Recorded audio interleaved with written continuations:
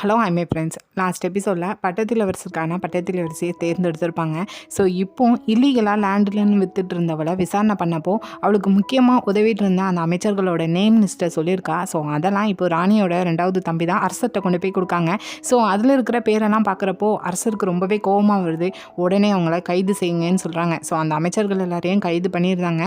ஆனால் அரசரோட ஹெட் கோர்ட்லேயும் அவட்ட வீடு எல்லாமே வாங்கி விற்றுருப்பாங்க போல். ஸோ எங்கே நம்ம பேரை சொல்லிடுவாளோன்னு சொல்லிட்டு கொஞ்சம் பயத்தில் தான் இருந்துகிட்ருக்காங்க. இந்த மாதிரி டைமில் அந்த ஹெட் கோர்ட் லேடியை பார்க்குறதுக்காக அவளோட அறையில் காங்பின் சேரியான் வந்து வெயிட் பண்ணிகிட்டு இருக்கா. ஸோ இவளை பார்த்ததுமே எங்கே போயிட்டு வர, நீனும் அவட்ட வீடு நிலனும் வாங்கி அதிக ரேட்டில் விற்றுருக்க அப்படி தானே, ஆனால் கொஞ்சம் பொறுமையாக இரு, எனக்கு அரசரை பற்றி நல்லாவே தெரியும், அவருக்கு நடக்க வேண்டியது நடந்துட்டுனா இந்த பிரச்சனையை விட்டுருவார் அப்படின்னு சொல்கிறா. அவளுக்கு எது நினச்சி சொல்கிறாங்கங்கிறது தெரில. கூடவே லாஸ்ட்டாக ராணி குளிக்கிறப்போ ஒரு லிக்யூடு மாதிரி இந்த ஹெட் கோர்ட் லேடி தண்ணியில் ஊற்றிட்டு போயிருப்பா. ஸோ அது இப்போ சரியாங்க பார்த்துட்டா போல். இது என்னதுன்னு சொல்லி கேட்கும்போது அவர் ரொம்பவே ஷாக்காரா. இல்லை, அது எனக்கு ஏதாவது புண்ணு வருதப்போ நான் யூஸ் பண்ணுற மருந்து தான் சொல்கிறா. ஆனால் இது தேவையில்லாமல் யூஸ் பண்ணால் ஒருத்தவங்களோட கல்லீரலாக பாதிக்கும். அது சிவியராச்சுன்னா அவங்களோட உயிர் கூட போகிறதுக்கு வாய்ப்பு இருக்குது. ஸோ இதை யூஸ் பண்ணாதீங்கன்னு சொல்லிட்டு அவட்ட ரிட்டனே கொடுத்துருதா. கூடவே நான் இப்போ உன்னை பார்க்க வந்ததுக்கு ரீசன் என்னென்னா, இப்போ பட்டத்திலவரசி அரண்மனைக்கு வந்திருக்காங்க. நானும் அவளுக்கு ஒரு மாமியார் மாதிரி தான். ஸோ நான் ஒரு மெய்டாக இருந்து இப்போ செகண்ட் ரேங்க் காங்பேனாக இருக்கிறதுனால என்னை லைட்டாக ட்ரீட் பண்ணக்கூடாது. ஸோ அந்த பொறுப்பை நீ தான் பார்த்துக்கணும்னு சொல்கிறதுக்காக தான் வந்தேன்னு சொல்கிறான். ஸோ அப்படியே நெக்ஸ்டே ஆகுது. இப்போ அரசவையில் அரசர் என்ன சொல்கிறாருன்னா, பட்டத்திலவரசி தேர்தல் நடந்து பட்டத்திலவரசி வந்தாச்சு, ஆனால் வீடு லேண்டுன்னு இல்லீகலாக வாங்கி விற்றவங்க விஷயத்தில் கைது பண்ண அமைச்சர்களெல்லாம் நான் இதனால் விடுவிச்சிருந்தேன் அப்படின்னு சொல்கிறாங்க. ஒரு ரீசனே இல்லாமல் பிடிச்சி ரீசனாக இல்லாமல் விட்டுருந்தாங்க. ஸோ அதனால் இந்த லிஸ்ட்டெல்லாம் கொண்டு போய் கொடுத்தது ராணியோட செகண்ட் தம்பி தானே. அரசர் மேலே கோவம் வருது. அரசரும் இதெல்லாம் வேணும்னு தான் பண்ணுறாரு. இதை புரிஞ்சுக்கிட்ட ராணியும் அரசரை பார்த்து பேசுகிறாங்க. இப்போ எதுக்காக என்னோட தம்பியை வச்சு அவங்கள கைது பண்ணிங்க, அதுக்கப்புறம் நீங்களே அவங்கள விடுவிச்சிட்டீங்க, இதுக்கு என்ன காரணம்? இப்போ விடுவிச்ச எல்லாருமே என் தம்பி மேலே தான் கோவமாக இருப்பாங்க, பிரச்சனை பண்ணதுக்கு வாய்ப்பு இருக்குது, இதுக்கு நீங்கள் தான் பொறுப்புன்னு சொல்லும்போது, பொறுப்புங்கிறது குறைகளை சரி செஞ்சு கொண்டு வர்றது தானே. ஏன்னா எனக்கு குறையே இருக்கக்கூடாது, நான் ஜோசனை சேர்ந்தவன். ஸோ நான் ஆல்ரெடி உன்கிட்ட சொன்னேன், நான் யோங்வானோட பொண்ணு தான் பட்டத்திலவரிசையாக வரணும்னு சொல்லி. ஆனால் நீ என் பேச்சை கேட்காம நீ இன்னொரு பொண்ணை பட்டத்திலவரிசையாக செலக்ட் பண்ணியிருக்கேன்னு சொல்லும்போது, ஸோ ராணிக்கு இந்த ரீசனுக்காக தான் அரசர் இப்படிலாம் பண்ணிட்டு இருக்காங்கங்கிறது புரியுது. அதனால் பட்டத்திலவரசர் லைஃப் லாங்காக வரப்போகிறது ஒரு பொண்ணு. ஸோ அந்த பொண்ணை நான் அப்படி செலக்ட் பண்ணணும்னு ஆசைப்படலை. அது மட்டும் கிடையாது, நீங்கள் ஒரு முட்டாள், என்னோட தம்பி பின்னாடி ஒரு கோலையாக நின்றுக்கிட்டு மற்றவங்களை கைது பண்ணியிருக்கீங்கன்னு சொல்லிட்டு தைரியமாக அரசரை பற்றி ராணி திட்டிட்டு அங்கேருந்து கிளம்பி போகிறாங்க. அரசருக்கும் ராணி மேலே கோவம் வரதா செய்யுது. ஆனால் ராணிக்கிட்ட காத்திக்கிற அளவுக்கு அவருக்கு தைரியம் கிடையாது. ஸோ அப்படியே இன்னொரு பக்கம் இப்போ அரசர் கைது பண்ணி விடுவிச்ச ஆளில் இருந்தவர் அமைச்சர் கிம்மும் கூட 2-3 அமைச்சர்களும் இருந்திருக்காங்க. ஸோ இப்போ யோங்வான் அவங்க கூட சேர்ந்து என்ன பிளான் பண்ணார்னா, ராணியோட தம்பியை இப்போ இந்த இடத்துல இருந்து அனுப்புறதுக்கு ஒரு முறை அரசர் இனி அரியனுடைய வாரிசு பட்டத்திலவரசர் இருப்பான்னு சொல்லி அறிவிச்சப்போ ராணியோட 2 தம்பிகளும் 5 அமைச்சர்கள் கொண்ட ஒரு அமைப்பு வச்சு பட்டத்திலவரசரை அரசனாக மாற்றி அதிலிருந்து பவரை தான் யூஸ் பண்ணிக்கிடணும்னு சொல்லிட்டு ராணியோட 2 தம்பிகளும் ட்ரை பண்ணாங்க. இது கிட்டத்தட்ட உங்களுக்கு துரோகம் பண்ணதான் அர்த்தம். ஸோ அவங்கள்ட்ட இருக்கிறத எல்லாத்தையுமே பறித்து பதவி நீக்கம் செய்யணும்னு சொல்லிட்டு முறையிடுறாங்க. அரசரும் இதை கவனிச்சுட்டு இருக்காங்க. ஸோ இந்த மாதிரி டைமில் ராணியோட அப்பாவுக்கு ரொம்பவே உடல்நிலை மோசமாக இருக்குது. ஸோ அரசர் அதை பார்க்குறதுக்காக அங்கே போகிறாங்க. ஸோ இப்போ தான் தெரியுது ராணிக்கு 2 தம்பி கிடையாது 4 தம்பின்னு சொல்லிட்டு. ஸோ இப்போ ராணியோட அப்பாவும் அரசரோட கையை பிடிச்சிக்கிட்டு, நான் இன்னும் சாகாமல் என் உயிரை கையில் பிடிச்சிட்டு இருக்கிறதுக்கு காரணம் உங்களை பார்த்து பேசணும்னு சொல்லிட்டு தான். எனக்கு தெரியும் என்னோட பசங்கக்கிட்ட குறை நிறையா இருக்கலாம், ஆனால் கண்டிப்பாக அவங்க உங்களுக்கு தான் விசுவாசமாக இருப்பாங்க. ஸோ அவங்க செஞ்ச தப்பை மன்னிச்சு விட்டுருங்கன்னு சொல்லிட்டு கெஞ்சுறாரு. ஸோ அப்படியே இறந்தும் போயிட்டாரு. ஸோ அதுக்கான ஃபியூனரெல்லாம் நடந்துட்டுருக்கு. ஸோ அந்த இடத்துக்கு அரசரும் அரண்மனையிலேருந்து வராங்க. ஆனால் இதை பார்த்ததுமே ராணியோட 2வது தம்பி, இல்லை இந்த ஃபியூனரில் நீங்கள் கலந்துக்கிடக்கூடாது, திரும்ப போங்கன்னு சொல்லிட்டு அரசரை பார்த்து சண்டை போடுறான். ராணியும் அவன் ரொம்ப சோகத்தில் இருக்கிறனால இப்படி பேசலான்னு நினைக்கிறேன், அவனை கூட்டிகிட்டு போங்கன்னு சொல்லிட்டு அந்த இடத்துலேருந்து கூட்டிகிட்டு போகிறாங்க. அரசரும் இதை கவனிச்சுட்டு தான் இருக்காங்க. ஸோ ஃபியூனரல் எல்லாம் முடிஞ்ச உடனே இப்போ அரசர் என்னென்னா, அரசவையில் அரசருக்கு செஞ்ச துரோகத்தினால அவங்ககிட்ட இருக்கிற எல்லாத்தையும் இழந்து பதவி நீக்கம் செய்யப்பட்டு இங்கேருந்து ஜேஜு ஐலாண்டில் நாடு கடத்தப்பட்டு 1000 வருஷம் அங்கே தான் வாழணும்னு சொல்லிட்டு அரசர் இப்படி ஒரு தண்டனை கொடுக்காங்க. ஸோ கொஞ்சம் யோசித்து பார்த்தா தெரியும், எனக்கு இவர் தான் பட்டத்திலவரசரை அரியணையில் உட்காரணும்னு சொல்லியிருப்பாரு. அதுக்கான ஏற்பாடு தான் அவங்க 2 பேரும் செஞ்சுருப்பாங்க. ஸோ இதில் என்ன துரோகம் இருக்குன்னு தெரியல. மேபி அந்த காலகட்டத்தில் அப்படி இருந்திருக்கலாம். ஸோ இப்போது ராணியும் இதை கேட்டதுமே ரொம்ப கோவத்தோட தம்பிங்களுக்கு எப்படி இப்படி தீர்ப்பு வழங்கலாம்னு சொல்லிட்டு பேசலான்னு சொல்லிட்டு வராங்க. ஆனால் அதுக்குள்ளே இன்னொரு கோர்ட் லேடி வந்துட்டு இன்னொரு பெரிய பிரச்சனை சொல்கிறாங்க. சொல்கிறா. என்னன்னா சேரியாங் அந்த ரகசிய தகவல் தருவரை பார்த்துருப்பா. ஸோ இப்போ அந்த யோங்வானை வச்சு பிடிச்சி அரசன் முன்னாடி கொண்டு வந்து நிப்பாட்டிட்டாங்க. நல்லா அடிச்சிருக்காங்க. அரசரும் எதுக்காக நான் ரகசியமாக தகவல் யாருக்கும் கொடுக்கக்கூடாதுன்னு சொன்னதுக்கு அப்புறம் ராணிக்கு நீ ரகசியமாக தகவல் கொடுத்துட்டு இருந்திருக்கேன்னு சொல்லும்போது இப்போ அவர் என்னென்னா ஏன்னா எனக்கு ராணி ஒரு அரசராக தெரிஞ்சாங்க, அதுக்காக தான் நான் அந்த தகவல்லாம் சொன்னேன்னு சொல்கிறாங்க. யோங்வானும் அரசரோ ராணி எப்படி ஒன்றாக முடியும், ராணி அரசருக்கு ஒரு பொருள் தான் சொல்லும்போது அங்கே அரசருக்குள்ளே ஆல்ரெடி ராணி மேலே ஒரு பொறாமத்திங்கிறது துளிர் விட்டு எரிஞ்சிட்டு தான் இருக்குது. ஸோ இப்போ அவரை பார்த்துட்டு என்கிட்ட மன்னிப்பு கேளுன்னு சொல்கிறாங்க. ஆனால் அவர் தயவு செஞ்சு என்னை கொன்றுங்கன்னு சொல்கிறாங்க. ராணிக்கே இவ்வளோ விசுவாசமாக இருக்கேன்னு சொல்லி கேட்கும்போது அதுக்கு அவர் என்னன்னா என்னோட ஆசைலாம் ராணி அரசராக இருந்து எல்லாமே பண்ணணுங்கிறது தான் அப்படின்னு சொல்லும்போது அவரும் வாள் எடுத்து கொஞ்சம் கூட யோசிக்கலை, அவரை கொன்றுதாரு. அந்த ரத்தம் எல்லாம் சேரியாங்க மேலே தெரிச்சிருது. கரெக்டாக அவங்க அங்கேருந்து கிளம்பி போயிருந்தா ராணியும் ஆப்போசிட்டில் வராங்க. ஸோ ராணி கவனிக்காங்க சேரியாங்கோட ஃபேஸ் எல்லாம். ஸோ அப்படியே பதட்டத்தில் அங்கே போய் பார்த்தா அந்த ஆள் அங்கேயே இறந்து கிடக்காங்க. ராணியும் அதை பார்த்து ரொம்ப ஃபீல் பண்ணிட்டு உங்களுக்கு அறிவு இல்லையா, ஏன் இப்படி நடந்துக்கிட்டீங்க, அப்பாவி மக்களோட உயிரை எடுத்திருக்கீங்கன்னு சொல்லும்போது நான் அரசனாக இருந்து போட்ட கட்டளையை அவன் மீறி இருக்கான், அதுக்கு தான் இந்த தண்டனைன்னு சொல்லும்போது நான் ரொம்பவே நம்பிட்டு இருந்த ஒரு ஆள்னா அது இவர் தான், என்னோட தம்பிகளுக்கு பண்ணது போதாதான் ஏன் இப்படிலாம் பண்ணிட்டு இருக்கீங்கன்னு கேட்கும்போது இங்கே அரசர் என்னன்னா ஏன்னா எனக்கு உன் மேலே அந்தளவுக்கு ஆழமாக எந்த ஒரு ஃபீலிங்கும் இல்லைன்னு சொல்லிட்டு இதுக்கான பழியை நீ என் மேலே போட்டாலும் நான் அதை தாங்கிக்கிறதுக்கு ரெடியாக தான் இருக்கேன்னு சொல்லிட்டு அசால்ட்டாக அங்கேருந்து கிளம்பி போகிறாங்க. ஸோ ராணி தான் இந்த தம்பிகளுக்கும் இவருக்கும் நடந்ததை நினச்சி ரொம்ப நொறுங்கி போயிட்டாங்க. ஆனாலும் உள்ளுக்குள்ளே இருக்கிற கோவத்தோட அடுத்ததாக சேரியாங்கோட அரண்மனையில் தான் போய் நிற்காங்க. நல்லா மழை பெஞ்சிட்டு இருக்கு. சேரியாங்க என்னன்னா குளிருது அதனால வெளியே வர முடியாதுன்னு சொல்லி விடுறா. ஆனால் ராணியும் இப்போ அவள் வெளியே வரலன்னா நானே அவளை வெளியே இழுத்துட்டு வருவேன்னு சொல்லும்போது அவளே வெளியே வந்து திமிரா நிற்கா. என் முன்னாடி முட்டி போடுன்னு சொன்னால் மேடம் செகண்ட் ரேங்க் கேம்பெயினால் முட்டி போட மாட்டுறாங்க. ஸோ ராணியோட கோட்லேடி இழுத்து முட்டி போட வைக்காங்க. இப்போ நடந்ததுக்கெல்லாம் காரணம் நீ தானேன்னு கேட்கும்போது ஆமாம், இதனால உனக்கு என்ன கிடைக்க போகுது, ஏன்னா அரசருக்கு நான் மட்டும் தான் உபயோகமாக இருப்பேங்கிறது காட்டுறதுக்காக தான் இதை பண்ணேன்னு சொல்லும்போது இல்லவே இல்லை, செகண்ட் ரேங்க் கேம்பெயின் அதிகாரத்தில் இருக்கிறதுனால அதை பயன்படுத்த ஆரம்பிச்சிருக்கேன், அதனால தான் நீ இதெல்லாம் பண்ணிட்டு இருக்க, அப்பாவியோட மக்களோட உயிரும் பேருக்கு. ஆனால் இது வரைக்கும் நான் உன்னை கைவிட்டதே கிடையாது, இப்போ இந்த நொடியிலிருந்து உன்னை நான் கைவிட்டுட்டேன்னு சொல்லிட்டு உள்ளுக்குள்ளே கோவத்தையும் வலியும் வச்சுட்டு அங்கேருந்து கிளம்பி போகிறாங்க. ஸோ இப்போ அங்கே இறந்த ரகசிய தகவல் தருதவரோட உடலை புதைக்கிறதுக்காக ராணியே போகிறேன்னு சொல்கிறாங்க. கூட இருக்க கோட்லேடியும் இப்போ போக வேண்டாம் ராணி, அரசர் ஆல்ரெடி கோவத்தில் இருக்காங்க, உங்கள் தம்பிகளுக்கும் தண்டனை கொடுத்துருக்காங்கன்னு சொல்லும்போதே ராணியும் பக்கத்தில் போயிட்டு அவங்க இந்த அளவுக்கு தண்டனை அனுபவிக்கக்கூடிய தப்பு பண்ணலைங்கிறது அரசருக்கும் நல்லா தெரியும்னு சொல்லிட்டு அங்கேருந்து அரண்மனையை விட்டு வெளியே போயிருந்தாங்க. ஸோ இந்த செய்தி அரசருக்கு தெரிய வந்ததுமே தன்னோட கையால் இறந்தவனோட உடலை புதைக்கிறதுக்காக ராணியை போயிருக்காங்கிற கோவத்தோட இது வெளியே தெரியக்கூடாதுன்னு சொல்லிட்டு அரண்மனையை விட்டு வெளியே போனாங்க. என்னோட பர்மிஷன் இல்லாமல் உள்ளே வரக்கூடாதுன்னு சொல்லியிருந்தாங்க. ஸோ அப்படி இன்னொரு பக்கம் இப்போ ராணியோட 2 தம்பிகளையும் காட்டுறாங்க. ஜெய்ஜு ஐலாண்டில் தனியாக அந்த இடத்துல 2 பேரும் சோகத்தில் இருக்காங்க. இப்போ என்னென்னா அரசருக்கு எதிராக கிளர்ச்சி பண்ணலான்னு சொல்லிட்டு முடிவெடுத்துட்டு இருக்காங்க. ஸோ இப்போ ராணியை பார்த்தோன்னா அந்த உடலை புதைச்சிட்டு இருக்காங்க. அங்கே லோக்கல் ஏரியாவில் உள்ள ஒரு 4-5 பேரை வச்சு. ஸோ அவங்களும் அதுக்கான காசை வாங்கினதுக்கப்புறம் இவர் ரொம்பவே லக்கி, ஏன்னா பட்டினியால் இவரோட உயிர் போகலைன்னு சொல்கிறாங்க.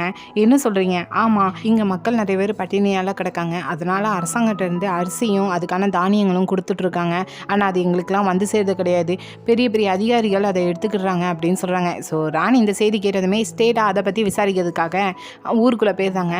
இங்கே அரண்மனையில் நைட் டைம் போல் இப்போ அரசருக்கு ஏதோ முதுகில் புண்ணு வந்திருக்கு. கூட இருக்கிற மருத்துவரும் நீங்கள் அமைதியாக ஓய்வு எடுக்கணும், அப்போ தான் இந்த புண்ணுலாம் சரியாகும்னு சொல்லிட்டு இருக்காங்க. எங்கள் அரசரும் ஒரு அரசனால் எப்பவும் அமைதியாக இருக்க முடியாதுன்னு சொல்லிட்டு இருக்காரு. ஆனால் இன்னொரு பக்கம் இந்த செய்தி தெரிஞ்சதுமே காங்பெயின் சேயோனும் காங்பெயின் சேரியாங்கும் இங்கே அரசரை பார்க்கறதுக்காக வராங்க.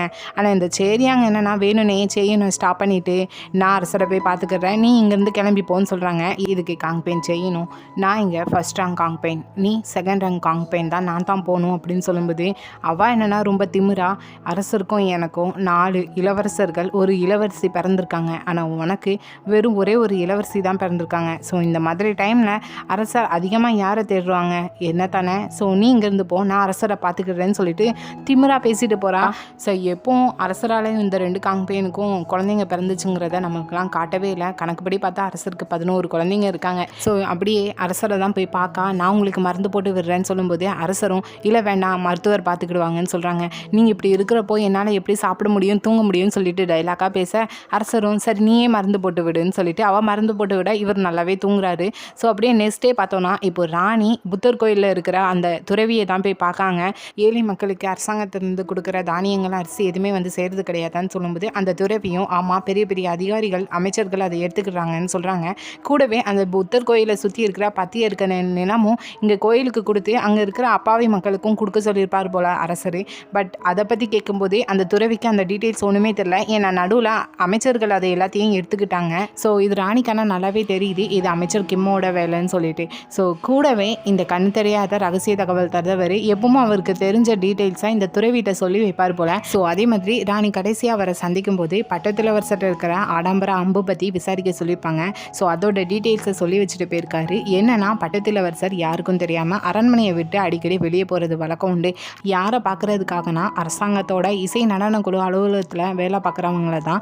அவங்களோட நோக்கம் என்னென்னா பட்டத்திலவரசர் அரசனாக ஆங்கினதுக்கு அப்புறம் அரசர்கிட்ட இருந்து அவங்களுக்கு ஏதாவது பதவி கிடைக்கணுங்கிறது மாதிரி தான் பழகிட்டு இருக்காங்க. ஸோ இதுக்கு மேலே எனக்கு எந்த டீட்டெயில்ஸும் தெரியல கண்டுபிடிக்கணும்னு சொல்லி ஒரு லெட்டரில் எழுதி வச்சு கொடுத்துட்டு போயிருக்காங்க.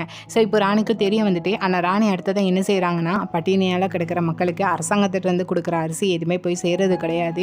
கோயிலை சுற்றி இருக்கிற 10 ஏக்கர் நிலமும் அவங்களுக்கு கிடைக்கவே இல்லை. இதுக்கெல்லாம் காரணம் அமைச்சர் கிம் தான். ஸோ நிதி அமைச்சர்கிட்ட என்ன நடக்கிறதுன்னு கேட்டு அதுக்கான தண்டனையை கொடுங்கன்னு சொல்லிட்டு ஒரு பேப்பரில் நீட்டாக எழுதி அங்கே இருக்கிற ஒரு துறவிட்ட கொடுத்து இது அரண்மனையில் இருக்கிற ஹெட் லேடிட்ட கொடுங்க அதுக்கப்புறம் தானே அரசர் கைக்கு போயிருன்னு சொல்லிட்டு கொடுத்து விடுறாங்க. அந்த துறவி கூட ஒரு சின்ன பையனும் போகிறான். ஸோ அப்படியே இன்னொரு பக்கம் ஜேஜு ஐலாண்டில் தனியாக இருக்க ராணியோட 2 தம்பிகளை தான் கட்டுறாங்க. இப்போ அவங்க அரசருக்கு எதிராக கிளர்ச்சி பண்ணணும் இருக்காங்க. ஸோ இந்த டைமில் டான்சன்னு ஒருத்தவங்க இவங்களை வந்து மீட் பண்ணுறாங்க. ஆக்சுவலாக இப்போ இருக்கிற அரசராக மாறதுக்கு முன்னாடி கிளர்ச்சி பண்ணியிருப்பாங்க. அதுக்கு மின் ஃபேமிலி கூட சேர்ந்து இந்த டான்சனும் ரொம்பவே ஹெல்ப் பண்ணியிருப்பாங்க. ஸோ இப்போ இவங்க 2 பேரையும் தான் வந்து மீட் பண்ணுறாங்க. இந்த அரசரை வைக்கிறதுக்காக நம்ம அவ்வளோ கஷ்டப்பட்டோம் ஆனால் அவர் நமக்கு என்ன பண்ணிட்டு இருக்காங்கன்னு பாருங்கன்னு சொல்லிட்டு இப்போ அவருக்கு எதிராக இப்போ கிளர்ச்சி பண்ணணும்னு இருக்காங்க. என்னன்னா இவரை பதவியிலேருந்து நீக்கி இப்போ இருக்கிற பட்டத்திலவரசரை அரசனாக மாற்றணும்னு சொல்லிட்டு ராணியோட 2 தம்பியும் பிளான் போட்டுட்டு இருக்காங்க. ஸோ இதை பற்றி ராணிட்டையும் போய் சொல்லுங்கன்னு சொல்லிட்டு அந்த டான்ஸனை அனுப்பி வைக்காங்க. ஸோ ராணியோட 3ஆம் தம்பி கூட சேர்ந்து கோயிலில் தங்கியிருக்கிற ராணியை தான் போய் மீட் பண்ணி இப்படி அரசருக்கு எதிராக நாங்கள் கிளர்ச்சி பண்ணுறதா இருக்கும்னு சொல்லிட்டு பிளானெல்லாம் சொல்கிறாங்க. ஆனால் இதுக்கு ராணி ஒத்துக்கிடவே இல்லை. அரசர் இன்னும் நல்லா தைரியமாக நல்ல உறுதியாக உடல்நலத்தோடு தான் இருக்கார். அவருக்கு எதிராக இப்படி பண்ணுறது துரோகம். நான் என் காதில் கேட்டோம் கேட்காத மாதிரி இருந்துக்கிட்டேன். மீறி நீங்கள் இது செய்கிறதா இருந்தால் இப்போவுமே என்னோட கையால் இங்கேயே உங்களோட மரணம் நிகழும். இங்கேருந்து கிளம்பி போங்கன்னு சொல்லிட்டு அவங்கள திட்டி அனுப்பி விட்டுருந்தாங்க. ஆனால் எனக்கு தெரிஞ்சு ராணி பண்ண தப்பே இதுதான் நினைக்கிறேன்.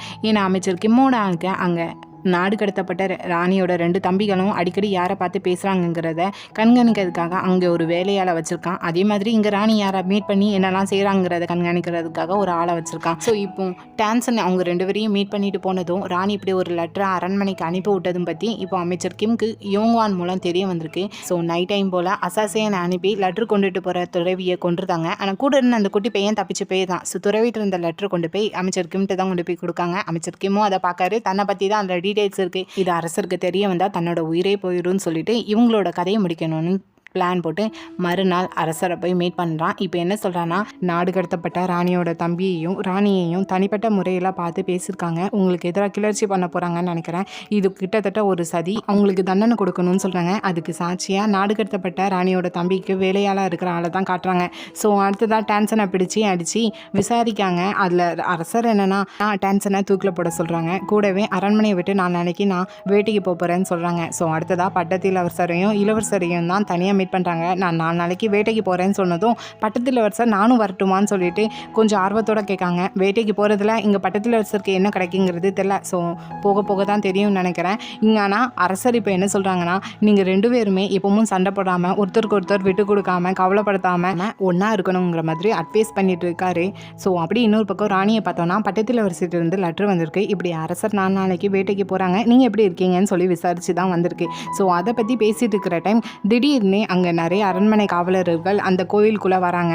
ராணியும் யோங்வான்கிட்ட என்ன நடக்குது இங்கே இதுக்கு எல்லாருமே வந்திருக்கீங்கன்னு சொல்லி கேட்கும்போது நீங்கள் சதித்திட்டம் போட்டு அரசருக்கு தேச துரோகம் பண்ணுறதா எங்களுக்கு செய்தி வந்திருக்கு. ஸோ அரசர் சொல்கிற வரைக்கும் நீங்கள் இந்த இடத்த விட்டு வெளியே போகவும் கூடாது, வெளியே இருந்து யாரும் உள்ளே வரவும் கூடாதுன்னு சொல்கிறான். ஆனால் ராணிக்கு நல்லாவே தெரியுது இது அரசர் சொல்லியிருக்க மாட்டாங்கிற மாதிரி. ஸோ அப்படி இன்னொரு பக்கம் இந்த யோங்வான் நைட் டைம் போல் அமைச்சர் கிம்மை தான் போய் மீட் பண்ணுறாங்க. ராணி திங்க் பண்ண மாதிரியே அரசர் அப்படி எதுவுமே சொல்லலை. இவங்க 2 பேர் தான் ராணி இன்னும் விட்டு வச்சிருந்தா இவங்களுக்கு பிரச்சனைன்னு சொல்லி சொல்லிட்டு அரசர் இப்படி வேட்டைக்கு போன டைம் பார்த்து ராணியோட கதையை முடிக்கணும்னு பிளான் போட்டு வச்சுருக்காங்க. அப்படியே நைட் டைம் போல் சின்ன பையன் அந்த கோயிலில் இருக்கிற காவலர்களெல்லாம் தாண்டி ராணியை வந்து மீட் பண்ணிட்டான். ஸோ ராணிகிட்ட என் கூட வந்த துறவியை கொண்டுட்டாங்கன்னு சொல்கிறாங்க. ஸோ ராணிக்கு எல்லாமே புரிஞ்சு போச்சு. இவங்களும் அமைச்சர் கிம்மும் போட்ட பிளான் தான் இது எல்லாமேன்னு சொல்லிட்டு அந்த டைமே அங்கேருந்து கிளம்புறாங்க. ஸோ கூட கோர்ட் லேடி வரேன்னு சொல்கிறான். ராணி வேண்டான்னு சொல்கிறாங்க. என்னன்னாலும் பரவாயில்ல அவங்க கூட தான் வருவேன்னு சொல்லிட்டு 2 பேரும் கோயிலை விட்டு தப்பிச்சு போகிறாங்க. அங்கேயும் ராணியை கொல்றதுக்கு நிறைய பேர் ட்ரை பண்ணாங்க. ராணி அவங்களெல்லாம் அடிச்சு போட்டுட்டு தப்பிச்சு போகிறாங்க. அவங்க பின்னாடியே ஃபாலோ பண்ணிகிட்டே வந்துட்டு இருக்காங்க. ஸோ அப்படியே மறுநாள் ஆகுது. ராணி ஒரு வழியாக தலைநகருக்கு வந்துட்டாங்க. ஆனால் அங்கே மையத்தில் குறை தீர்க்கிற ஒரு பறைன்னு இருக்குது. அந்த பறையை அடித்து மக்கள்கிட்ட விஷயத்தை சொல்லணும்னு சொல்லிட்டு அந்த இடத்துக்கு போகிறாங்க. ஸோ அப்படியே இன்னொரு பக்கம் அரண்மனையில் பார்த்தோன்னா அரசர் இப்போ தான் வேட்டைக்கு கிளம்புறாங்க போல். ஸோ கிளம்புற டைம் திடீர்னு பட்டத்திலரசி வந்து ஸ்டாப் பண்ணுறாங்க. என்னாச்சு ஏன் இவ்வளோ வேகமாக வரேன்னு சொல்லி கேட்கும்போது லாஸ்ட்டாக ராணி அரண்மனையை விட்டு போகிறப்போ பட்டத்திலரசியை மீட் பண்ணியிருப்பாங்க. ஸோ அப்பவும் போல் நான் இப்போ வெளியே போகிறேன், எனக்கு ஏதாட்டு ஆபத்துனா உன்ட்ட தெரிவிப்பேன், எனக்கு ஹெல்ப் பண்ணுவியா சொல்லிட்டு ஏதோ சிக்னல் கொடுத்துட்டு போயிருப்பாங்க போல். ஸோ இப்போ இவளுக்கு நல்லாவே தெரிஞ்சு போச்சு. நீங்கள் உடனே தலைநகர் மையத்தில் இருக்கிற குறை தீர்க்கிற பறைக்கு போகணும் அப்படின்னு சொல்லி சொல்கிறா. அப்படி இன்னொரு பக்கம் இங்கே ராணியை பார்த்தோன்னா அந்த இடத்துக்கு வந்துட்டாங்க. ஆனால் வரும்போது துறவிட்ட சொல்லிட்டு தான் வந்திருக்காங்க. இவங்களுக்கு முன்னாடி ஆல்ரெடி இதே மாதிரி கஷ்டப்பட்ட மக்கள் அந்த இடத்துக்கு வரவைங்கன்னு சொல்லிட்டு ஒரு 4-5 பேர் வந்து நிற்காங்க. ஸோ அங்கே இருக்கிறவங்களோட சேர்ந்து அங்கே பறையை அடிக்கிறதுக்காக போனால் அங்கே இருக்கிற ஒரு அதிகாரி நீங்கள் நினச்ச நேரத்துக்கு அடிக்க முடியாது, அதுக்குன்னு ப்ரொசீஜர் இருக்குன்னு சொல்லும்போது என்ன மக்களுக்கு தேவைப்படுற நேரம்லாம் இது என்ன ப்ரொசீஜர் வேண்டியது இருக்குன்னு சொல்லிட்டு ராணி அவங்களோட ஃபேஸை காட்டினதுமே அந்த அதிகாரி பயந்து பேர் தான். ஸோ அதுக்கப்புறம் அங்கே இருக்கிற 2 பேர் போய் அந்த பறையை அடிக்காங்க. அடித்ததும் அங்கே எல்லாமே மக்கள் கூட்டமாக வருது. இங்கே நம்ம பட்டினியாக கிடக்கிறதுக்காக அரசாங்கத்திட்டேருந்து அரிசி வருது, ஆனால் நம்மளுக்கு அது தரது கிடையாது. இதை பற்றி உள்ளூர் அதிகாரிட்ட போய் கேட்குறப்போ எங்களை அடித்து விட்டுட்டாங்க, உங்களுக்கு இப்படி எதுவும் நடந்திருக்கான்னு சொல்லி கேட்கும் போது மக்களுக்கு நிறைய பேருக்கு அதே மாதிரி நடந்திருக்கு போல். இந்த டைம் கரெக்டாக அமைச்சர் கிம்மோட ஆட்கள் ராணியை குத்தலான்னு சொல்லிட்டு வராங்க கத்தியை வச்சுட்டு. ஆனால் அதுக்குள்ளே அங்கே அரண்மனையிலிருந்து அரசரும் நிறைய அமைச்சர்களும் வந்துருந்தாங்க. ஸோ எல்லாருமே அந்த இடத்துல மண்டி போட்டு நிற்காங்க. ஸோ அரசரும் ராணியை பார்த்து என்ன நடக்குதுன்னு சொல்லி கேட்கும்போது ராணியும் இப்படி நீங்கள் கொடுக்குற அரிசி யாருக்குமே போய் சேர்றது கிடையாது, அது மட்டும் இல்லை கோயிலுக்கு நீங்கள் கொடுத்த 10 ஏக்கர் நிலமும் அவங்களுக்கு கிடைக்கவே இல்லை, இது போக என்ன நீங்கள் சொன்னதா நேற்று கோயிலே சிறை பிடிச்சி வச்சுருந்தாங்க யோங்குவான்னு சொல்லிட்டு மாட்டி கொடுக்க யோங்குவான் அப்படியே அரசர் முறைச்சி பார்க்கையும் யோங்குவானும் இல்லை அரசரை எனக்கு அப்படி ஒரு கட்டளை வந்துச்சு அதனால தான் நான் செஞ்சேன்னு சொல்கிறாங்க. யார் சொன்னா, யார் சொல்லி நீ இதெல்லாம் செஞ்சேன்னு சொல்லி கேட்கும்போது அமைச்சர் கிம்மை கை காட்டுறான். ஆனால் அதுக்குள்ளே அமைச்சர் கிம் அடுத்தது நம்ம தான் சொல்லிட்டு தப்பிச்சு ஓடுறாரு, ஆள் பிடிக்கிறதுக்கு போகிறாங்க. ஸோ இந்த டைம் கரெக்டாக கோவிலில் அந்த சின்ன பையன் ராணியோட 2 தம்பியிடையும் சொல்லி அவங்க 2 பேரும் இப்போ அவங்களோட காவலர்களை கூப்பிட்டுட்டு ராணியை காப்பாற்றுறதுக்காக ஓடி வராங்க. அரசரும் இது கவனிச்சுட்டு தான் இருக்காங்க. ஆனால் இப்பவும் சுற்றி இருக்கிற மக்கள் இது எல்லாமே ராணியால் தான் நடந்திருக்குன்னு சொல்லி தெரிய வருதப்போ அரசரோட பேரை சொல்லாமல் ராணி எங்களை காப்பாற்றுங்கன்னு சொல்லிட்டு ராணியோட பேரை தான் சொல்லி கத்திட்டு இருக்காங்க. அரசரும் இது கவனிச்சுட்டு தான் இருக்காங்க. ஸோ அப்படியே நைட் டைம் போல் தப்பிச்சு போன அமைச்சர் கிம் ஊருக்குள்ளே தான் அங்கெங்கன்னு போயிட்டு இருக்காங்க. எல்லா பக்கமும் வீரர்கள் இருக்காங்க. ஆனால் இவரோட வீட்டில் அடிமை இனத்தில் உள்ளவங்கள ரொம்பவே கொடுமைப்படுத்திருப்பார் போல். அதில் ஒருத்தர் கண்ணில் இவர் பட்டுட்டாரு. ஸோ அவர் பெரிய கல்லை தூக்கி இவரோட தலையில் போட்டுருந்தாங்க. நல்லா மழை பெஞ்சிட்டு இருக்கு, உயிருக்கு போராடிட்டு இருக்காங்க. அந்த இடத்துக்கு கரெக்டாக யோங்குவான் வரான். இவரை பார்த்தும் அவர் உயிருக்கு போராடுறான்னு தெரிஞ்சும் அந்த இடத்துல விட்டுட்டு போயிருந்தான். ஸோ இவர் அந்த இடத்துல இறந்து போகிற மாதிரி காட்டுறாங்க. ஸோ அப்படி இன்னொரு பக்கம் ராணியோட 2 தம்பிகளையும் பார்த்தோம்னா டான்சனுக்கு என்ன ஆச்சு, நாட்டுக்குள்ளே என்ன நடக்குங்கிறது தெரியாமல் நம்பிக்கையோடு இருக்காங்க, நம்மளுக்கு ஒரு விடிவு காலம் வரும்னு சொல்லிட்டு. ஸோ அப்படி இன்னொரு பக்கம் ராணி அரண்மனைக்கு போயாச்சு. ஸோ ஃபஸ்ட்டு இருக்கிற எல்லா கோர்ட் லேடிஸையும் வர வச்சுருக்காங்க. கூடவே காங்பெயினும் வரதான் வச்சுருக்காங்க. ஏன்னா காங்பெயின் சேரியாங் இங்கே ராணி அரண்மனையில் இல்லாத டைம் அவளுக்கு சப்போர்ட்டுக்கு அரண்மனையில் ஆள் வேணும்னு சொல்லிட்டு அவளுக்கு தெரிஞ்ச ஆட்களை அரண்மனை பணியில் சேர்த்து விட்டுருக்கா. இதுக்கு இப்போது ராணிக்கு தெரிய வந்திருக்கு. இங்கே இருக்கிற எல்லா கோர்ட் லேடிஸுமே அரசருக்கு சேவை செய்கிறதுக்கு தான் இருக்கீங்க, அதை விட்டு அரசாங்கத்தோட பணியில் ஏன் தேவையில்லாத வேலையை பார்த்துட்டு இருக்கீங்கன்னு சொல்லிட்டு இப்போ சேரியாங்க பார்த்துட்டு நீ செஞ்ச தப்புக்கு அரண்மனையை விட்டு நீ வெளியே போகணுன்னு சொல்கிறா. அவளும் பெரிய திமுறா, நான் அரசரோட 2nd ரேங்க் காங்பெயின், என்னால் நீங்கள் சொல்கிறதுக்கெல்லாம் போக முடியாதுன்னு சொல்லும்போது இன்னொரு கோர்ட்டு என்னோட பொறுப்பில் இருக்குது, இல்லைனா உன்னோட சாவை நீ பார்க்க வேண்டியதாக இருக்குன்னு சொல்லி மிரட்டிட்டு இருக்கும்போது மறுபடியும் கோர்ட் லேடி பெரிய பிரச்சனைன்னு சொல்லி வந்து நிற்கா. இப்போ அரசர் என்ன பண்ணியிருக்காருன்னா பெட்டிஷன் நிறையா வந்திருக்கு. பட் அதை பார்த்துட்டு ரொம்ப கோவத்தோட ராணியோட 2 தம்பிகளுக்கும் அவங்களே சூசைட் பண்ணி இறந்து போகணும்னு சொல்லி தண்டனை கொடுக்காங்க. மேபி அவங்க அரசருக்கு எதிராக கிளர்ச்சி பண்ணணும்னு இருந்த அந்த ரீசன் நினைக்கிறேன். அது வந்து என்னன்னு சொல்லலை. ஸோ ராணி இந்த செய்தியை கேட்டதுமே உடஞ்சி போயிட்டாங்க. உடனே அரசரை பார்த்து பேசணும்னு சொல்லிட்டு ரொம்ப பயத்தோடு தான் வராங்க இந்த டைம். ஆனால் இப்போ அரசர் முன்னாடி நடந்து வந்துட்டு இருக்காங்க. இப்போ ராணியோட கண்ணுக்கு அரசராக தெரியல, ஒரு சோல்ஜராக தெரியுறாங்க. அந்த சோல்ஜருக்கு பின்னாடி ராணி நின்றுட்டு இருக்கிற மாதிரி இருக்குது. ஏன்னா ஆல்ரெடி 2 பேரும் பேசி வச்சுருப்பாங்க. என்னென்னா நம்ம இப்போ உருவாக்க போகிற ஜோசன் நம்ம கடந்த காலத்தை விட ரொம்பவே மாறி போய் இருக்கும், நம்மளை ரொம்பவே பயமுறுத்தும், ஆனால் அதை பற்றிலாம் எதுவும் யோசிக்காமல் முன்னேறி போயிட்டே இருக்கணும்னு சொல்லிட்டு. ஸோ அதனாலேயே ராணிங்க அரசர்கிட்ட எதுவுமே கேட்கல. ஸோ அப்படியே நாடு கடத்தப்பட்ட ராணியோட 2 தம்பிகளும் சூசைட் பண்ணி இறந்து போகிறாங்க. ஸோ பாவம் தான். ஏன்னா 2 பேருமே அரசர் மேலே எவ்வளோ கோபம் வெறுப்பு இருந்தாலும் ராணி சொல்லி அரசருக்கு ஏதாட்டு பண்ண சொன்னால் 2 பேரும் மறுப்பு தெரிவிக்காமல் அடுத்த செகண்டே பண்ணுவாங்க. ஸோ அரசரை பிடிக்காமல் ஒரு சில இடத்துல சுயநலமாக இருக்க தான் செஞ்சுருக்காங்க. அதுக்குன்னு இவ்வளோ பெரிய தண்டனைனா ரொம்ப ஓவர் தான். ஸோ அப்படியே அடுத்ததாக இப்படி நாடு கடத்தப்பட்டவங்க இறந்துட்டாங்கன்னா அவங்களுக்கான ஃபியூனரல் எதுவுமே நடக்கக்கூடாது போல். ஸோ அவங்க அம்மா தனியாக உட்காந்து அழுதுட்டுருக்காங்க. இது ராணி வெளியே நின்று பார்த்துட்ருக்காங்க. ஹெட் கோர்ட் லேடி தான் ஆதரவு சொல்லிட்டு இருக்காங்க. ராணி அவங்க 2 பேரும் உடலை எரிச்சிருவாங்க, நீங்கள் எது நினச்சி ஃபீல் பண்ண வேண்டாம்னு சொல்லி பேசிட்டு இருக்கும்போதே ராணியோட அம்மாவும் என்னோட பொண்ணுகிட்ட போய் சொல்லுங்கள், நான் நல்லா தான் இருக்கேன், அவளையும் தைரியமாக இருக்க சொல்லுங்கன்னு சொல்கிறாங்க. ராணி இதை கேட்டுட்டு கிளம்பி போகிறாங்க. ஆனால் அவங்க அம்மா மறுபடியும் அழுகிற சத்தத்தை கேட்டதுமே ராணியாலேயே முடியலை, அழ ஆரம்பிச்சிருந்தாங்க. அவங்க அம்மாட்ட போய் என்னோட தப்பு தான், நான் தான் இப்படி நடக்க விட்டுட்டேன்னு சொல்லி ரொம்பவே ஃபீல் பண்ணுறாங்க. ஸோ ஃபைனலாக மின் ஃபேமிலிக்கு இருந்த பவர் ராணிக்கு எப்பவும் துணையாக இருந்தால் அவங்களோட தம்பி அப்பான்னு சொல்லிட்டு எல்லாத்தையும் ராணி இழந்துட்டாங்க. ஆனால் நாட்டில் பட்டினின்னு சொல்லிட்டு யாரும் சாகிறதும் கிடையாது, ஊழல் எதுவுமே நடக்கிறதும் கிடையாது. ஸோ அப்படியே இதில் இருந்து கொஞ்சம் வருஷம் கழிச்சு தான் காட்டுறாங்க. இப்போ நம்ம ராணிக்கு வயசாகிட்டு கொஞ்சம் வெள்ள முடியெல்லாம் வச்சிருக்கு. ஸோ ராணி இப்போ வால் பயிற்சி செஞ்சுட்டு இருப்பாங்க. ராணியோட 3வது பையன் இதை பார்த்துட்டு இருப்பான். ஸோ கொஞ்ச நேரம் கழிச்சு தான் ராணியும் கவனிக்காங்க. நீ வந்திருக்கிறத சொல்ல வேண்டியதானேன்னு சொல்லும்போது நீங்கள் பயிற்சி செஞ்சுட்டு இருந்தீங்க, நான் தடை செஞ்சுருவேன்னு தோணுச்சு, அதுக்கு தான் சொல்லிட்டு ராணியும் அவனும் நல்லா பேசுகிறாங்க. அவன் ஏதோ புக்கில் உள்ளதை பற்றிலாம் சொல்லிட்டு இருக்கான். இந்த டைம் கரெக்டாக ராணியோட 3வது 4வது தம்பியும் இப்போ அரசவையில் தான் அமைச்சராக இருக்காங்க போல்.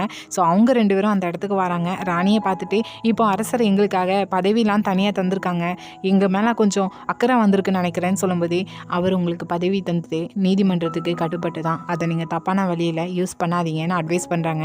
கூடவே இப்போ அவங்க 2 பேரும் பட்டத்திலரசரை தான் தனியாக போய் மீட் பண்ணுறாங்க. பட்டத்திலரசரும் நான் கேள்விப்பட்டேன் உங்கள் 2 பேருக்கும் அப்பா பதவியெலாம் தந்திருக்கதான்னு சொல்லும்போது ஆமாம், இல்லாமல் போன மின் ஃபேமிலியோட பவரை நாங்கள் திரும்ப கொண்டு வருவோம், அது மட்டும் இல்லை நீ ரொம்பவே திறமையானவனாக இருக்க, இப்போது இறந்து போன எங்கள் அண்ணன் 2 பேர் இருந்திருந்தா உன்னை நினச்சி ரொம்பவே சந்தோஷப்பட்டிருப்பாங்கன்னு சொல்லும்போது இந்த இடத்துல பட்டத்திலரசர் என்னன்னா இப்படி உங்கள் ஃபேமிலியை பற்றியும் அவங்கள இறந்து போன அண்ணனை பற்றியும் இப்படி எங்கிட்ட பேசாதீங்க, அது எனக்கு சுத்தமாக பிடிக்கலன்னு சொல்லும்போது பிடிக்கலையா என்ன அர்த்தம், அவங்க எந்த தப்பு செய்யாமலே தண்டனை அனுபவிச்சிருக்காங்க, அதுவும் உன்னோட அப்பாவாலன்னு சொல்லும்போது அப்போது என்னோட அப்பா இந்த நாட்டோட அரசர் தப்பான தண்டனை கொடுத்துட்டான்னு சொல்கிறீங்களா, இனி இதை பற்றி என்கிட்ட பேசாதீங்கன்னு சொல்லிட்டு கோவப்பட்டு பட்டத்திலரசர் போகிறாங்க.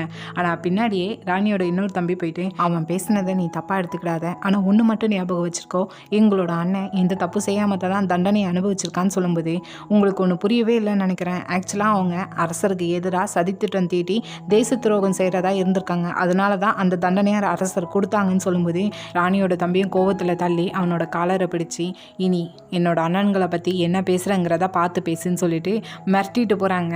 ஸோ பட்டத்திலரசருக்கு இப்படி நடந்திருக்குங்கிறது பட்டத்திலரசருக்கு பெரிய ஒரு அவமானம் தான். இது தூரத்தில் நின்று ஹாரியாங் பார்த்துட்டாரு. ஸோ அவர் ஸ்ட்ரெயிட்டாக அரசர்கிட்ட போய் சொல்கிறாங்க.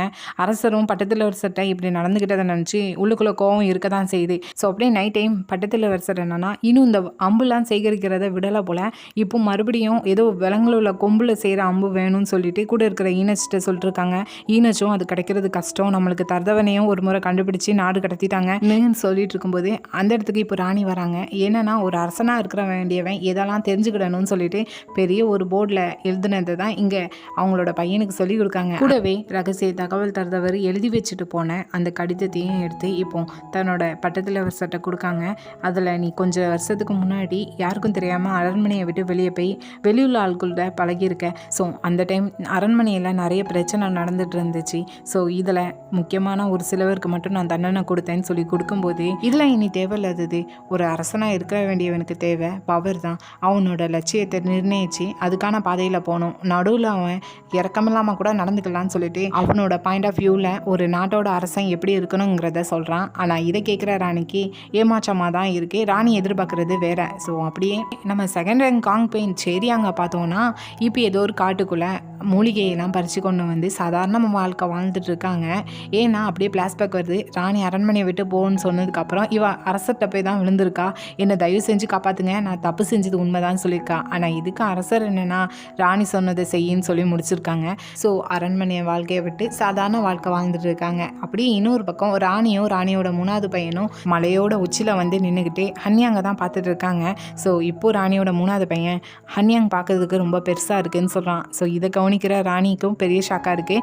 என்னென்னா ராணியும் அரசரும் டேட் பண்ணிட்டு இருந்த டைம் அப்போ தலைநகராக இருந்த கேஜியாங்க பார்த்து ராணி இதே வார்த்தை தான் சொல்லியிருப்பாங்க, கேஜியாங்க ரொம்ப பெருசாக இருக்குன்னு சொல்லிட்டு. ஸோ அப்படியே தன்னோட பையனை பார்த்துட்டு எதுக்காக என்ன ரீசனுக்காக பெருசாக இருக்குன்னு சொல்கிறேன்னு கேட்கும்போது ஆமாம், அங்கே விவசாயம் செய்கிற மக்கள் கால்நடையை வளர்க்குற இருக்கிற மக்கள், நோயோட பசியோட கிடக்கிற மக்கள், கூடவே துக்கத்தோடு இருக்கிற மக்கள்னு ராணியை பார்த்தீங்கன்னு சொல்லும்போதே ராணி இதை கவனிச்சுட்டு, எனக்கு தெரிஞ்சு நீ அரசனாக ஆசைப்படுறேன்னு நினைக்கிறேன் அப்படின்னு சொல்கிறாங்க. ஆனால் கொஞ்சம் ஹாப்பி ஃபேஸில் சொல்கிற மாதிரி தான் இருக்குது. மேபி பட்டத்திலவரசர்கிட்ட எதிர்பார்க்குறது 3வது பையன்ட்ட இருக்குதுன்னு நினைக்கிறாங்க போல். ஸோ இதோட இந்த பார்ட் இங்கேயே முடியுது. ஆக்சுவலாக இது ஒரு ongoing drama. So balance episode இன்னும் ரிலீஸ் ஆகலை. நெக்ஸ்ட் வீக் தான் ரிலீஸ் ஆகும். அது வரைக்கும் பொறுத்து பொறுமையாக பார்ப்போம். இந்த எபிசோட் பிடிச்சிருந்தா லைக் பண்ணுங்கள், ரொம்ப பிடிச்சிருந்தா சப்ஸ்கிரைப் பண்ணுங்கள். Thank you, bye bye friends.